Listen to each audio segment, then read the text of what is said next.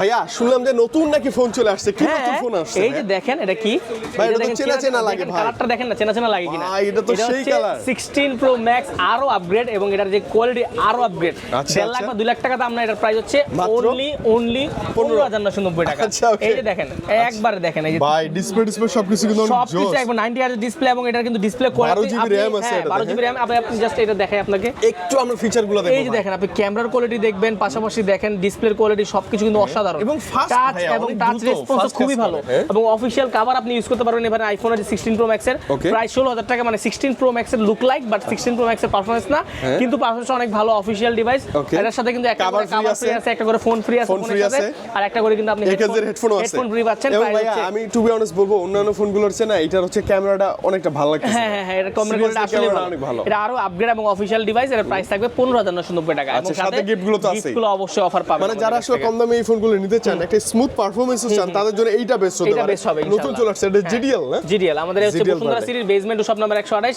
এই দোকান নাম্বার হচ্ছে ইন্টারন্যাশনাল আসলেই এটা পাবেন ইনশাআল্লাহ। ওকে।